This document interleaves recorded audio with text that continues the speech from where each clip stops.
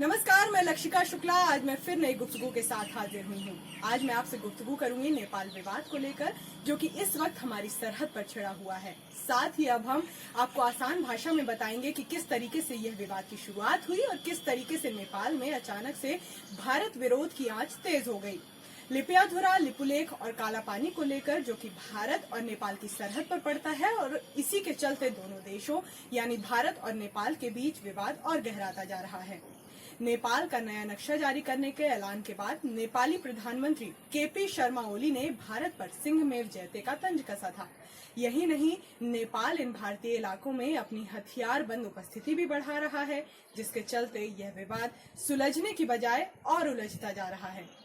शुरुआत करते हैं इतिहास से, क्योंकि अगर हम किसी भी कहानी में इतिहास में चीजें खंगालेंगे तो इतिहास में हमें बहुत चीजें मिल जाती हैं कि किस तरीके से आज की घटना को अंजाम दिया जा रहा है।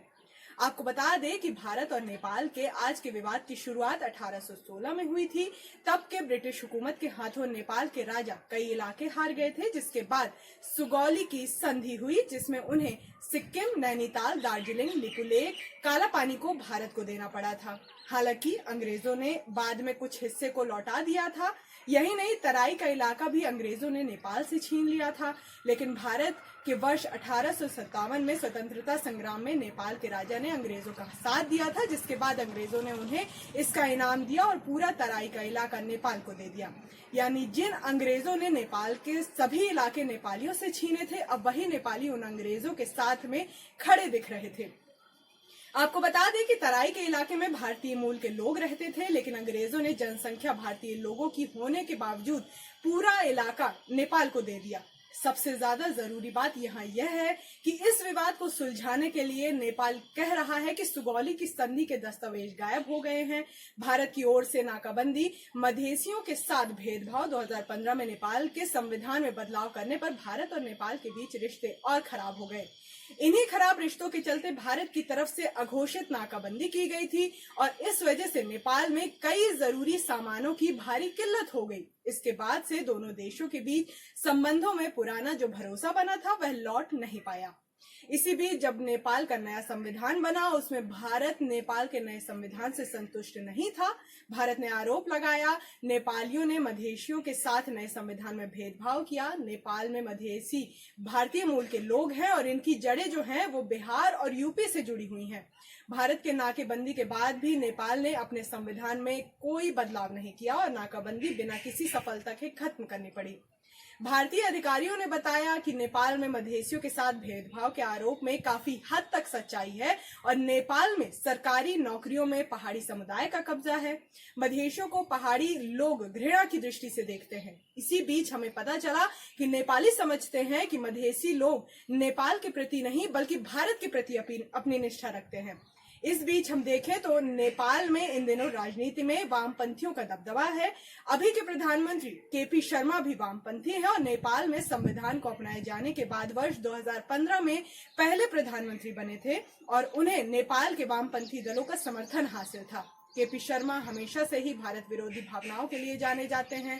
2015 में भारत के नाकेबंदी के बाद भी उन्होंने नेपाली संविधान में बदलाव नहीं किया और भारत के खिलाफ जवाबी कार्रवाई के लिए केपी शर्मा चीन की शरण में चले गए, जिसके बाद नेपाल सरकार चीन के साथ एक डील कर ली। इसके तहत चीन ने अपने पोर्ट को इस्तेमाल करने की इजाजत नेपाल को दे दी। दरअसल नेपाल एक जमीन से घिरा देश है और उसे लगा कि चीन की शरण में जाकर भारत की नाकेबंदी का तोड़ निकाला जा सकता है। आलम अब यह है कि अब नेपाल चीन के महत्वाकांक्षी BRI प्रोग्राम में भी शामिल हो गया है। चीन नेपाल तक रेलवे लाइन बिछा रहा है और चीन बड़े पैमाने पर नेपाल में निवेश कर रहा है। इस नए और ताजा विवाद के पीछे भी चीन पर आरोप लग रहा है कि सेना प्रमुख जनरल मनोज मुकुंद नरवणे ने संकेत दिए हैं नेपाल के लिपुलेख मुद्दा उठाने के पीछे कोई विदेशी ताकत हो सकती है। चीन की ओर से इशारा करते हुए जनरल नरवणे ने कहा, मुझे नहीं पता कि असल में वे किस लिए गुस्सा कर रहे हैं। पहले तो कभी प्रॉब्लम नहीं हुई, किसी और के इशारे पर ये मुद्दा उठा रहे हैं, यह एक संभावना है। किसी ने भी चीन का नाम भले न लिया हो, मगर नेपाल में उसका दखल किसी से छिपा नहीं है।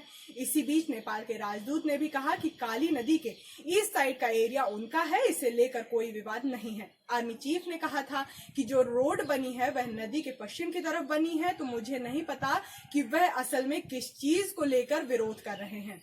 इसी बीच पाकिस्तानी दांवपेच खेलते हुए विदेश मंत्रालय के प्रवक्ता ने कहा है कि काला पानी का मुद्दा भारत और नेपाल का द्विपक्षीय मुद्दा है। हमें उम्मीद है कि यह विवाद दोनों देश आपसी बातचीत के जरिए सुलझा लेंगे और कोई भी पक्ष एक तरफा कार्यवाही करने से बचेगा, ताकि मामला और जटिल न हो। तो मुद्दा जो ये उठा है वो बहुत उलझा हुआ है, क्योंकि नेपाल भी लिपियाधुरा, लिपुलेख और काला पानी पर अपना दावा रख रहा है और भारत भी पीछे हटने के लिए राजी नहीं है।